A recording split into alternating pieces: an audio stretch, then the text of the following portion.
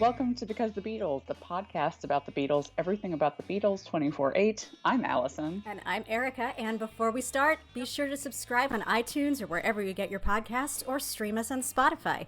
And if you're enjoying BC the Beatles, feel free to leave us a preferably 5-star review so other Beatlemaniacs can find us. Also, don't forget to follow us on Facebook, Instagram, and Twitter. We'll be posting videos, photos, and more from this episode and beyond. And you can always email us at bcthebeatles@gmail.com. That's bcthebeatles@gmail.com. Fantastic. And we've got a special episode today. Something new. Erica and I are looking at each other. If you don't know, we record the show bi-coastally. Erica is in New York. I'm in Los Angeles. Pretty cool to introduce this feature on such a cool episode. Yeah. This is a special episode because we are celebrating Pride Month. This episode, we're stepping back from the mic to hear from 3 Beatles fans from the LGBTQ community who got together with us to discuss the Beatles' impact on their lives, as well as the fandom itself from a queer perspective. Yeah, and so to introduce our guests, we're going to tell you a little bit about them and jump right into the convo. So Caitlin Larkin is a lifelong Beatles fan who, by the age of 10, was given the nickname the Beatle Nut, which I'm jealous of, for beating grown-ups at Beatles trivia. Good job. Originally from Long Island, New York, she currently resides in Orlando, Florida, where she gives VIP tours of Beatles memorabilia at the world's largest hard rock cafe at Universal City Walk. Her YouTube channel, where she discusses her personal Beatles memorabilia and vinyl collection, as well as Beatles-related news and unboxings, has 800 plus subscribers, and she's also a host of the Back to the Future themed podcast, What the Flux. Amazing name. Caitlin, yeah, I know. Caitlin lives in Florida, where she's married to her wife of 5 years, Angela, and basically has the coolest job of all time. She does. Did I tell you we have a mutual friend in common? No. It's so weird. She's from Long Island, as the bio said, and she actually went to, I think, elementary school with one of my brother's best friends from high school, Dee. So we both commented on one of Dee's posts on Facebook. It was like, oh my God, how do you know? So, That's so weird when that happens. I've had that happen too, where it's like a total rando is like your mutual friend, and it's just like worlds colliding. The world is so small. It's really freaky. Seriously, it's crazy. Crazy times. Our next guest, Marge Doherty, is an independent contractor with the mass media conglomerate Viacom-CBS, as well as the owner of Dixon Doherty Personal Property Appraisals, where she specializes in pop culture and entertainment memorabilia, including, of course, Beatles collectibles. As a former television producer for VH1, Marge interviewed some of the biggest names in music and movies, creating long and short-form entertainment programming. Yeah, she interviewed some pretty superstar-y people. She'll tell us a little bit about that in a minute. Yeah. And last but not least is one of my BFFs and our very good friend, Louie Perlman. He's a New York City-based actor, comedian, teacher, writer, and so much more. He co-hosts and produced the pop culture podcast XOXO Riverdale. If you like Riverdale, check out his podcast. And the live streaming radio show / podcast Kick the Jukebox. His pieces have appeared on Gizmondo, Rebeat, Gizmodo. Yeah. Whatever. Gizmodo, Rebeat Magazine, and Tough Pigs. For over 10 years, Louie has been a producer, director, performer, and teaching artist with the nationally recognized arts education company Story Pirates, where he's performed nationally in theaters, music festivals, and schools. Also, he recently premiered his first musical in New York City. Erica and I were both there at the premiere, entitled Joey and Ron, which is a 60s bubblegum music extravaganza, and it's effing great. It is so good. The soundtrack is amazing, and Louie is incredibly talented. So these are our 3 panelists, and welcome to Because the Beatles, y'all. Let's start by getting to know each of you a little better. Tell us a little about how you became a fan and how the band has impacted your life.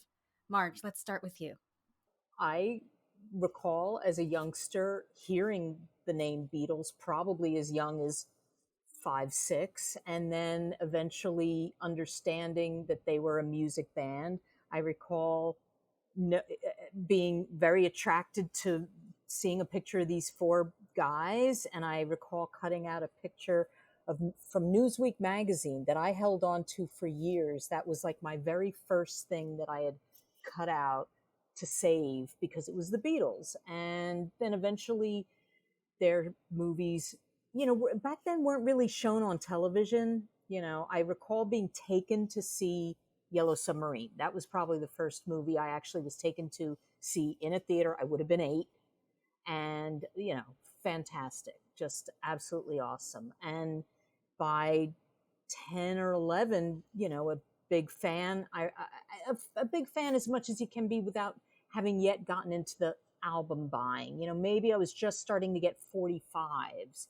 And I recall there not being a ton of stuff out there when I was starting to do that with the Beatles, because they had just broken up. I do recall being a little kid and reading somewhere in a magazine, it was just a little blurb like, yes, the Beatles have broken up. And I recall being so devastated. So I would have been around 10, 11 when this news really was kind of going around. And in whatever format I read it in, I'm sure other newspapers, magazines were making a much bigger deal about it. But whatever I happened to be reading at 10 years old, it might have even been 16 magazine, because by 1970, the Beatles weren't really represented that much in 16, and I was buying 16 magazine through like the late 60s. So, and then it just became, where can I, get more Beatles?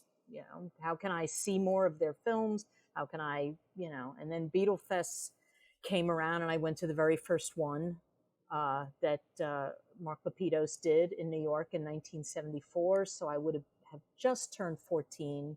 My mom took me, and we got a hotel room in the Commodore there. And so I'm a collector of Beatles memorabilia, adore the music, of course, and actually, and the rest is history.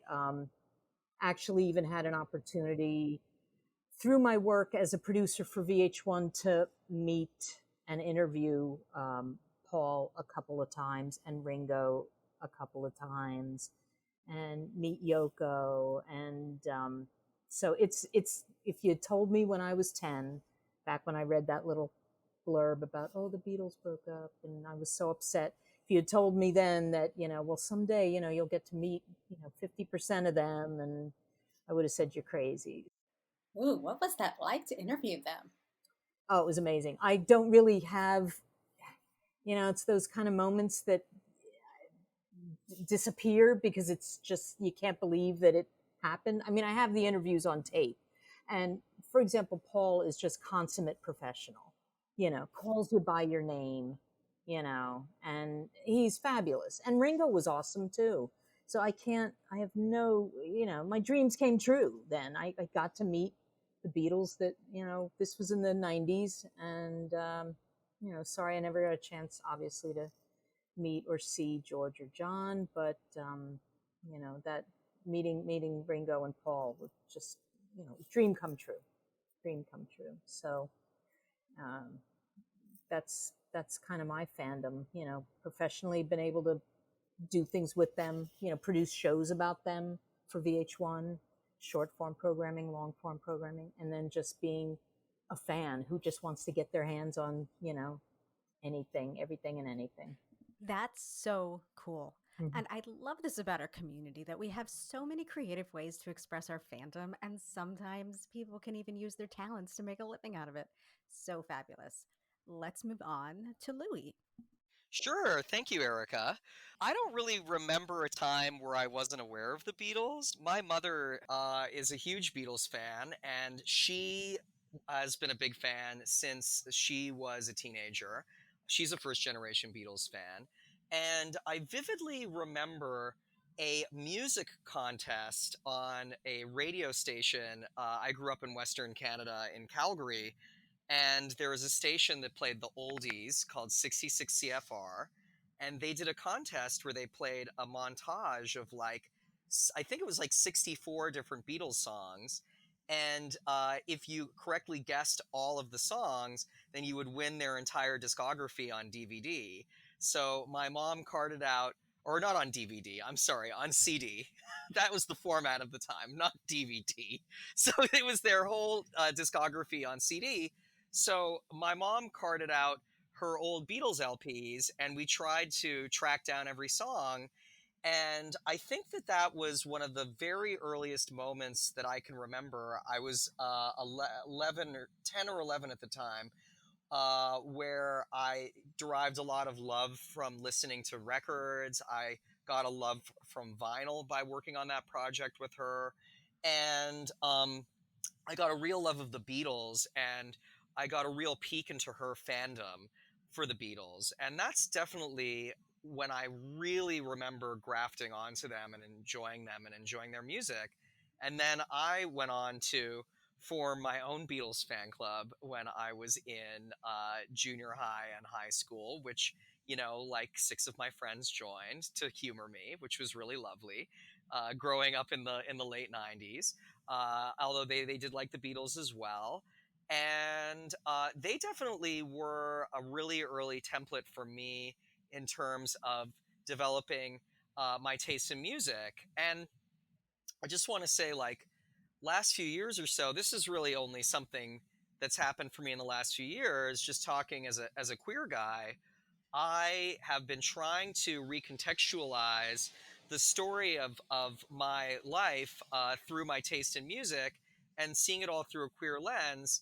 And it turns out that the Beatles fall really firmly into that story, which for me has been very exciting. And it really turns out that kind of everything that I like, there is someone associated or secretly, there's a queer voice in the music that I listen to, and doesn't totally surprise me, but it's also really nice and refreshing now that I've done the research and figured that out for myself.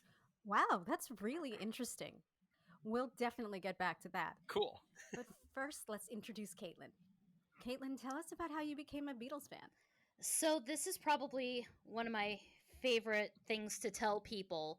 If it weren't for the Beatles, I would have never been born. So I have to take you back to Long Island, New York, 1975, when my parents met each other at a bar. Typical, right? And so my father sees my mother and needs a little liquid courage to go over and talk to her. So he gets up the nerve and he says, I think you're the most beautiful woman I've ever seen. Can I go out with you Saturday night? And she goes, absolutely not. And he goes, why? Because I don't know you. And my father, when he thinks he's struck out, he goes, I bet you don't even like the Beatles. And she goes, of course I love the Beatles. And bam, he was able to get a date with her. And they were married for 20 years and had my brother and I. So legit, if it weren't for the Beatles, I would not be here talking to any of you right now.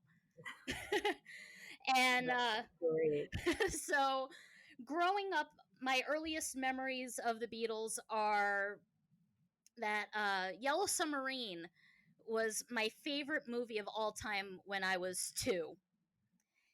Dad would pick me up and say, okay, Kate, what movie do you want to watch today? And, go up to the VHSs, and I would always point to Yellow Submarine. So my dad would slowly introduce me to other Beatles movies. So it's like, oh, well, if you like this, watch A Hard Day's Night. Oh, how about Help? Oh, here's Magical Mystery Tour. And then he had a lot of the documentaries also on VHS. So it's like, okay, here's the complete Beatles. Here's Imagine John Lennon. So by the time I'm 4 or 5 years old, I know more than the average, adult who grew up with them, just based on sitting down watching these movies with my father. And then, of course, I get my own CD player eventually. And then here comes, the entire discography. And by the time I was 10, I was beating grown-ups at Beatles trivia. Get them when they're young. Mm-hmm. Get them when they're young. Yeah, and the Beatles obsession just kind of kept going and going, and I'm still obsessed to this day, and I'm 30. And even my job is Beatle related, and I'm very lucky, and not a lot of people get to say stuff like that. I get to give tours of Beatles memorabilia to people from all over the world at Hard Rock. The Hard Rock in Orlando has the largest Beatles collection out of any Hard Rock cafe ever. I don't know, it's just amazing, and I've met so many amazing people through doing that. And then I got inspired to start, my YouTube channel 3 years ago. And so I show off my personal memorabilia, my vinyl, and that's, of course, how I came across you lovely people. And I just have to say, I am so thrilled to finally be on this show because I've been such a fan since you guys started. And it's just so thrilling for me to finally be able to relate to a Beatles podcast out there. So Mm-hmm. it's a breath of fresh air for this, second gen community. Oh my God, that's so nice to say. Thank you. And that leads us right into the first topic I'd like to discuss. The sense of community and belonging in the Beatles fan community is such an important part of this fandom. From a queer perspective, did you feel part of this community, or did you feel any sense of otherness? I'll address this. I felt a definite otherness. I came from a really small town in New Jersey. And so, in school, there was like one, two jocks, two stoners, two artsies, like there was really nowhere to, if you weren't really sure where you belonged, it was kind of hard to be there. And being into the Beatles, which was not contemporary, you figure by the time I was in high school, they had already broken up. I felt kind of, there was really nobody I had that I could share this with. And it was kind of disappointing, in that respect. I went and saw Wings all by myself at the age of 15. My mother and my aunt dropped me off at the Coliseum in Long Island. Yeah. In Uniondale. Dropped me off. And I went alone, and yet so much of my Beatle experience as a youngster, and even through young adult, was all alone. I would go to the Beatle fests and the conventions alone. Sometimes my sisters would go with me and my brother, and they are fans, but they're great fans, but not to the quite like, every year extent that I was. So I was grateful when they did tag along, but a lot of the times I was by myself, and I was younger than that crowd in the beginning too, because, that first Beatle Fest was 74. So I would have been 14. And then, subsequent ones, I was still only a teenager, and a lot of the attendees, as we had mentioned, are older white dudes. And, they say, if you want to meet somebody, do things you like. Well, I was trying really hard to do things I loved in the hopes that I'd be meeting like-minded, females. But at least as I got, when I was older, in my 20s and stuff. And that just never happened. And the thing with some of those gatherings, though, is a lot of it took place, you're watching movies in the dark. Unless you were there to hang out at the hotel bar, which I wasn't. I was going there because I wanted to see all the Beatles movies, and I wanted to see the performances, and I wanted to go into the, collector's room, the memorabilia room or rooms or whatever. I didn't want to hang out at a bar just in the hopes of maybe meeting somebody. So for me, being a Beatles fan has been a kind of a solitary experience, at least for the first half of my life, I can really relate to that, Marge. I really like that you are bringing that up in this context, because I've always had a really hard time reconciling my queerness with my interests, and feel like for a lot of my life I've had my queer friends who aren't particularly interested in the same music and culture that I am. And I've had my my music and culture friends like Erica and Allison, for example. And I get along famously with Erica and Allison because when we hang out, very often it's like we're speaking the same language.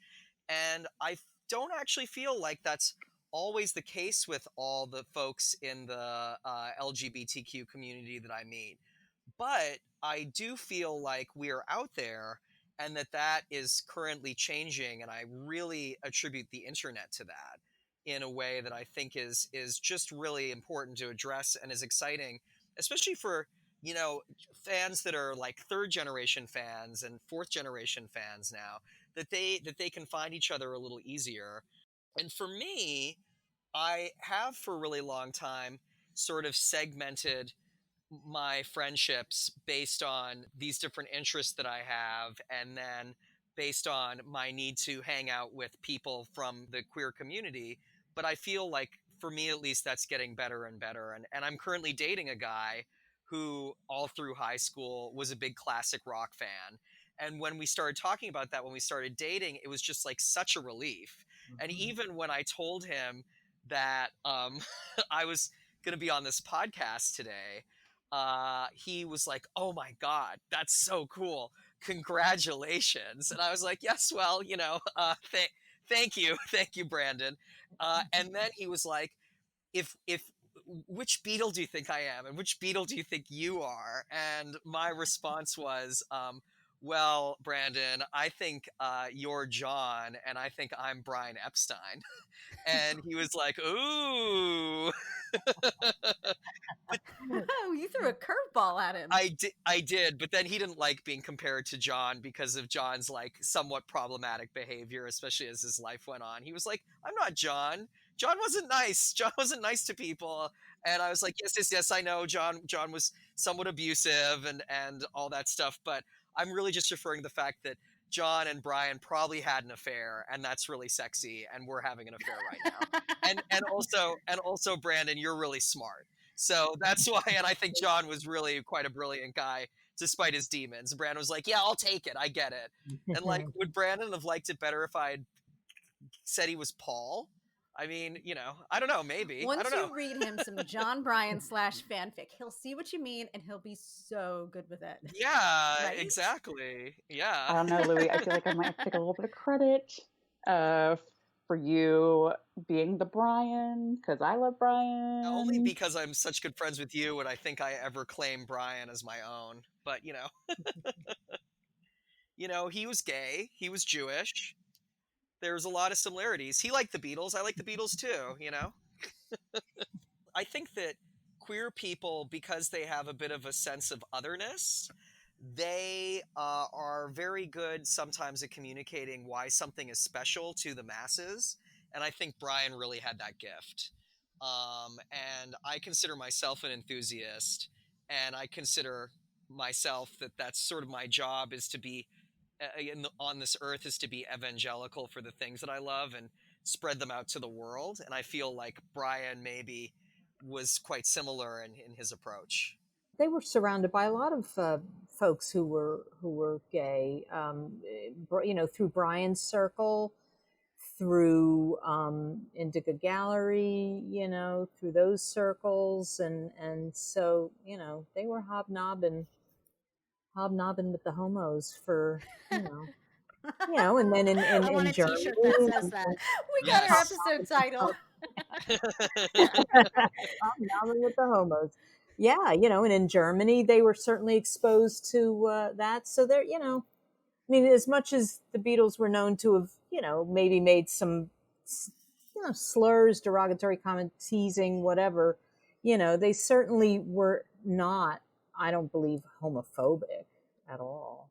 No, I think they're probably one of the most open-minded people in the world, and I think to be a hippie in the 60s, you had to be.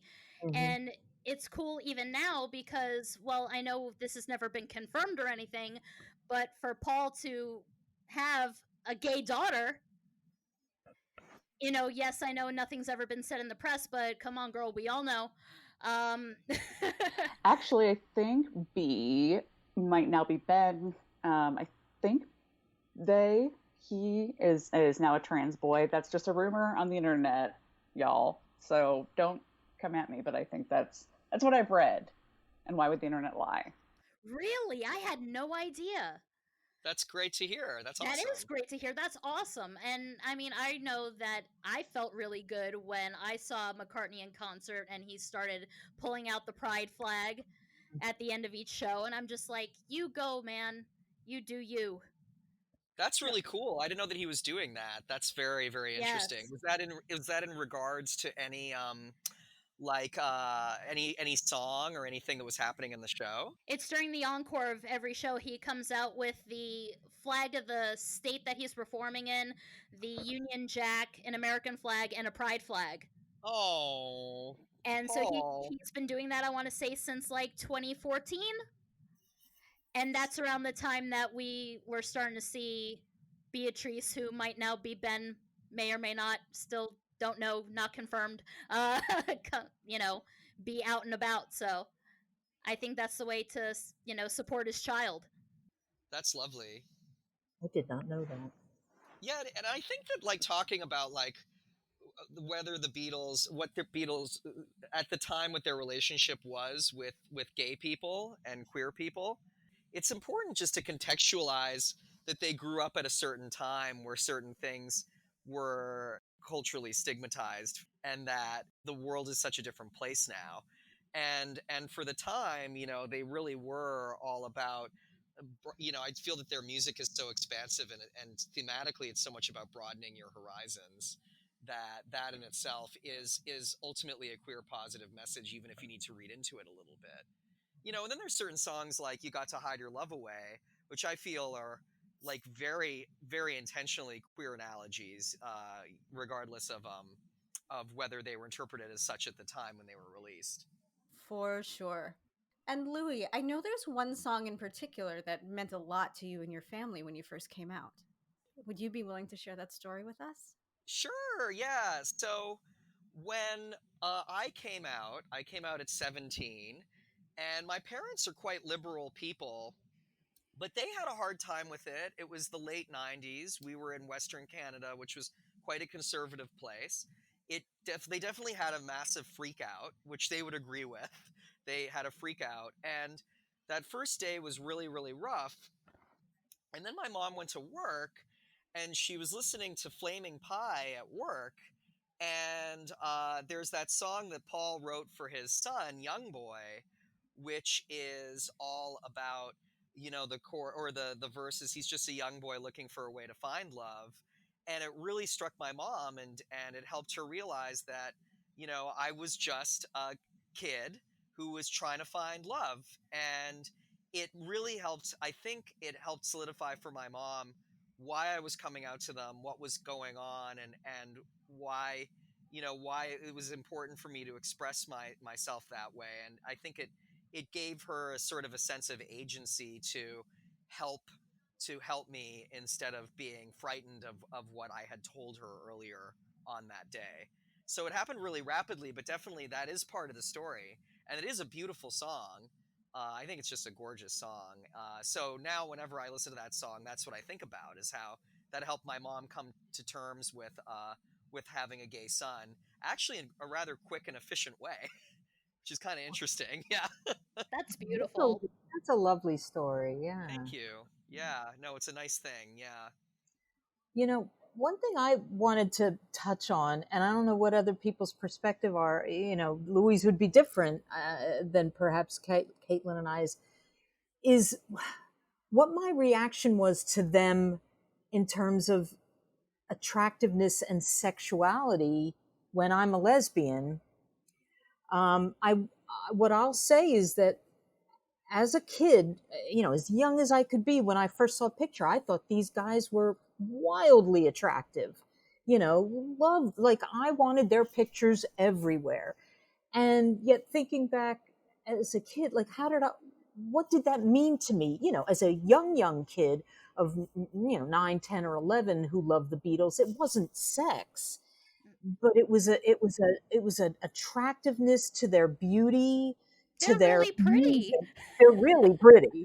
And um you know, and then I had to think about it, like as I got older, you know, I think I learned some things about sex because of the Beatles, because I think in reading, you know, there might be some mention of some stuff in the very first biography I ever read was, you know, Hunter Davies.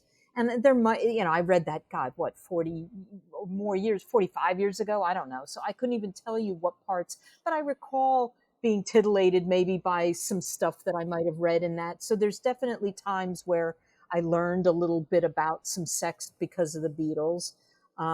but then there was, and there may have even been times in my life where I actually felt a sexual attraction, but there was not a lot of fantasizing for me to want to be with a Beatle. And then I guess I kind of realized I think I wanted to be them, you know, or have them as a best friend. But I think even more so, I wanted to be one of them, just because of how good looking they were and their genius with music and just their influence on the world's everything. And so for me, that it's just kind of an interesting thing to think about, where do they play in, and yet I still to this day think they are gorgeous as they've gotten older. I still have pictures of them everywhere. That's who I want to look at, and is it sexual? I don't know. I don't, not particularly, but in some ways, I think in some ways it opens me up to be a little more fluid, because I can be a little fluid in my sexuality. I totally relate in that aspect, but I don't think it's a sexual thing. I think it's definitely like an admiration, because I know as a kid I definitely wanted to be just like the Beatles. I picked up a pair of drumsticks at 7 because I wanted to be Ringo, and I still think that Paul McCartney is without a doubt the cutest man ever in the world. I think he's absolutely adorable, but that's the thing, it's adorable. If I think about it any further in a sexual way, I want to gag and, dry heave. That's just not, no. I was going to make a really inappropriate joke, but I won't. No, do it. This is the place. No, okay, feel free to edit this out, but my wife always makes a joke to me like, oh, just imagine his old ass balls there. And I'm just like, oh no! I don't know if that's a mental image any of us needed, but thank you so much, Caitlin. Edit that out. Nope. But that was gold. So it's definitely not a sexual thing, and I can also relate this to like being a young kid in the late 90s and liking boy bands. I had posters of NSYNC all over my walls. Did I want to have sex with them? No. Then I slowly started putting pictures of Kate Hudson on my walls, and then my mom started thinking that there's something going on here. Yeah. I mean, my experience, of course, because of my attraction to men, is going to be a little different. But something that I actually, this goes back to my time in film school. Something I learned about in film theory that I think is worth mentioning in this part of the conversation is the fact that androgynous, mainly men, have been marketed towards specifically young girls since the turn of the last century, really starting with Rudolph Valentino. And there is a aspect of that sexuality that is very appealing to young heterosexual women because it's very non-threatening. And definitely, if you look at the way the Beatles were presenting and dressing and before Brian got a hold of them, and then the way that they looked after Brian got a hold of them, Brian really androgenized them. So much so that, like, we have to address that the haircuts at the time were totally, it was like, why do they have girl haircuts? Like, that was definitely a discussion around the Beatles when they came out in the 60s, because their hair was a little longer, and them in their matching suits. And for me, definitely there have been periods where I've watched footage of the Beatles and gone, oh my God, those guys are so gorgeous. They're definitely not exactly, there's something about them that isn't exactly my like flavor of sexuality. For me, I certainly wouldn't turn down any of the Beatles circa 1964 if somehow I travel back in time. Either. Proposition. Yeah, I don't know if that's a gay thing either, but they definitely occupy aesthetically, I think, a sort of an overlapping diagram of other music stars that I love who kind of embody that nice androgyny, and I definitely put like Prince or David Bowie into that category, who I really love. And I also would put Jane Wiedlin from the Go-Go's into that category as well, with her short pixie girl haircut. who's another artist who I just like totally adore. So there's definitely, I think, a queerness to the Beatles, which allow us to kind of, celebrate them for that. And I think totally it's interesting to talk about it in terms of like our level of attraction to different sexes, for sure. I'm salivating too, but yet for a completely different reason. But that doesn't mean that I don't like fangirl any less than any heterosexual fangirl. Like I'm sure that, Allison and Erica and I, like, we could just go apeshit over any Beatle at any point of any time, and it wouldn't matter that I'm a lesbian. Like that sexuality, I don't think really matters in that case.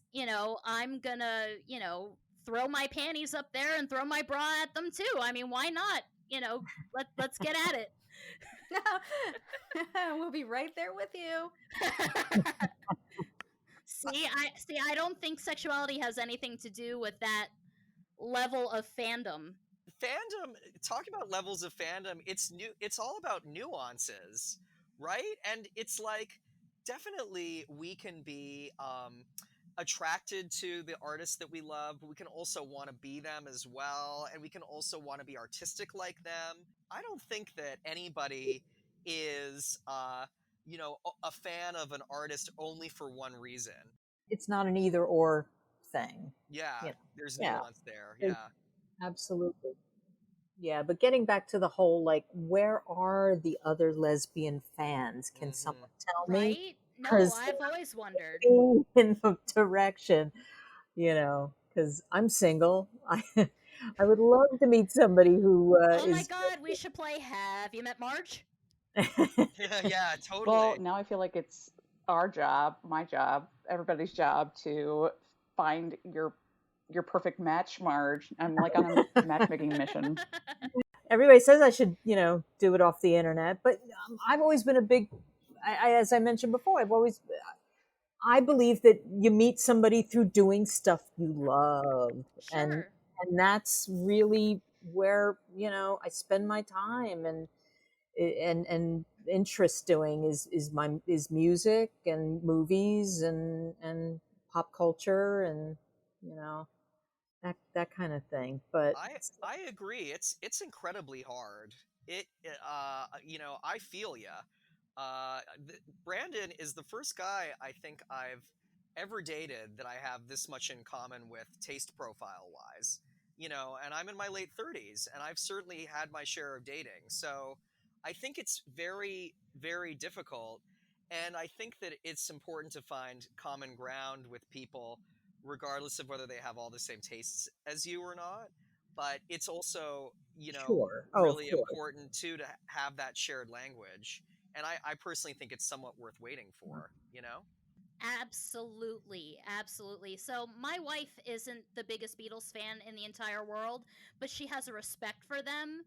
And she is the first person that, when we were dating, that I didn't have to teach a million things to about art and pop culture. She was basically on the same level as me. And that was when I was like, okay, if you like it, then you got to put a ring on it. Nice. Good for you. So I made it happen. I put that on lockdown.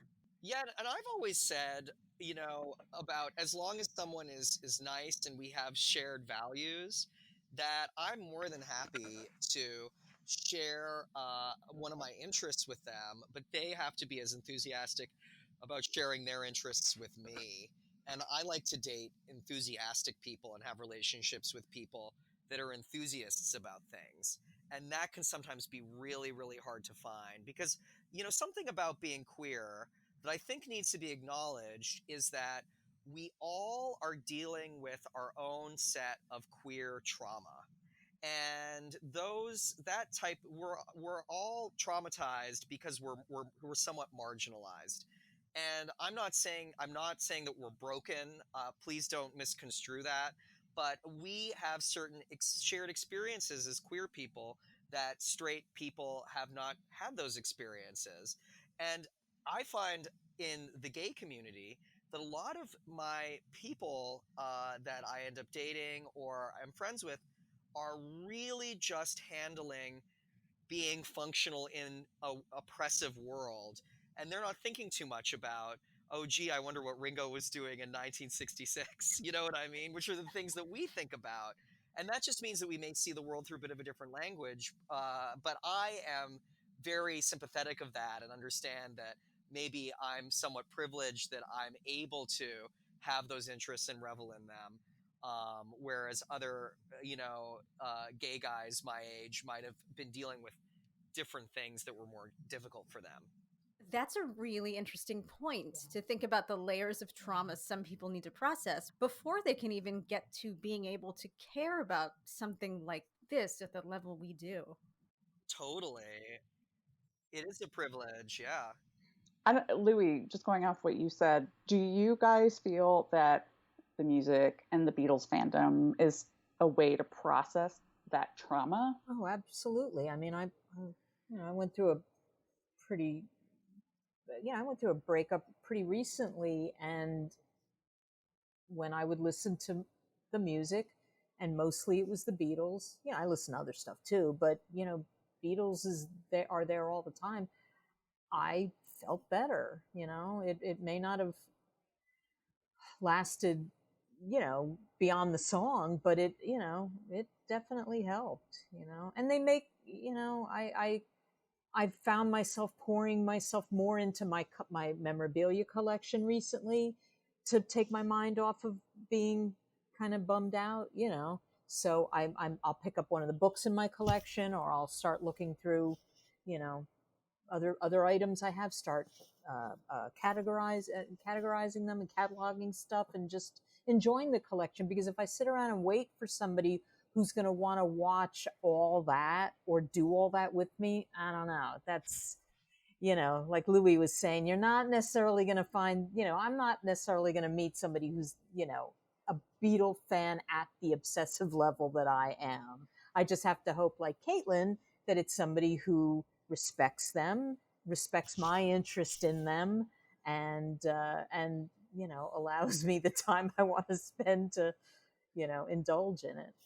Yeah, I'm very lucky to have a wife who is extremely supportive in that way. I mean, the room that I'm sitting in right now, I mean, it used to just be, for the cat. And then one day she was like, you know what? We're going to turn this into your record room, and we're going to turn this into Oh, your music room and into your office. And she's just so incredible and so supportive, even though she doesn't, necessarily want to watch 11 hours of the Beatles anthology with me, but, she shows her support in other ways. Oh, that's so awesome to have a partner like that.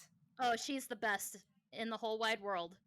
yet to answer your question, Allison, about the music being part of the dealing with the experience, something that I think is really amazing, specifically about the Beatles, is that they speak to such universal truths. And I think that's why they hit in such a big way in the 60s and why they continue to be relevant. But I consider them as, as a human, such a way I look at the world through their music. And that's a wonderful jumping off point for new friendships from people that I might have less in common with. I would say more than anything. With a lot of my straight friends who love the Beatles, it's something for us to talk about, and it's something that brings us together. And I think that was kind of one of their primary missions, whether it was conscious or subconscious, that they were trying to do. I really feel they were trying to unify the world through what they were doing musically. As much as maybe there were times, because I was a lesbian and wasn't feeling confident in, not feeling confident in that, but just not knowing, how to proceed with my life and stuff. I found the Beatles would give me inspiration to do bolder things, like pick up a guitar, play it at an open mic, attempt, write songs, and that helps me be me. And that's part of, lesbian. I'm a lesbian. I'm a woman. I'm a a professional. I'm a fan. I'm all these different things. But the Beatles, definitely gave me the inspiration to try to be bold, to be me. And being part of the gay community is part of me, so they help me in that way. Yeah, I agree with you there. I feel like it's just a bunch of layers to me. It's like, I'm Caitlin, I'm Jewish, I also happen to be gay, I'm a Beatles fan. That's it. It's just my taste in music, and it just happens to be my sexual orientation. I have a question for us that might be kind of fun. What Beatles song would you recommend that a Beatles fan listens to in honor of Pride Month that you think Ooh. speaks to the queer experience? A song that I heard twice today on my morning walk, was Magical Mystery Tour. I would say Magical Mystery Tour. That's a great one. I really don't want to give that basic bitch answer, but it keeps just floating back in my head with All You Need Is Love. Yeah, I mean, yeah. Because that's it. That's as simple of a message as it is. All you need is love, and love is all you need. It's hard to top that one in terms of the message from those guys. I agree 100%. I've got one that's very silly, but is also kind of nice, and it's about recontextualizing our culture. I think everybody should listen to Twist and Shout, because the Twist was invented at the Peppermint Club, which was a gay club, or at least that's where it was popularized, right? Yeah, so the Peppermint Lounge, it was like this little club off of Times Square, and it was owned, I think, by a group of Italian mobsters who owned a bunch of like strip clubs and gay clubs, up and down like 8th Ave and into Greenwich Village.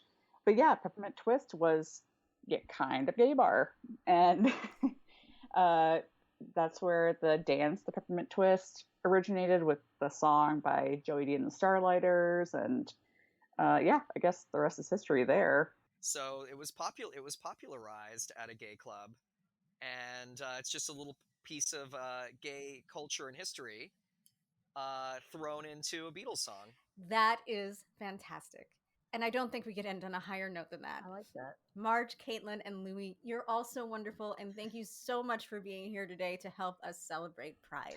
Thank you guys so much for coming on the show. This is so much fun. Thank you guys. Thank you. Thank you so much for having us. Yeah, what a pleasure. Well, thanks again to Marge, Louie, and Caitlin for sharing their stories and helping us celebrate Pride Month. That was an episode like we've never had before and was fucking fabulous.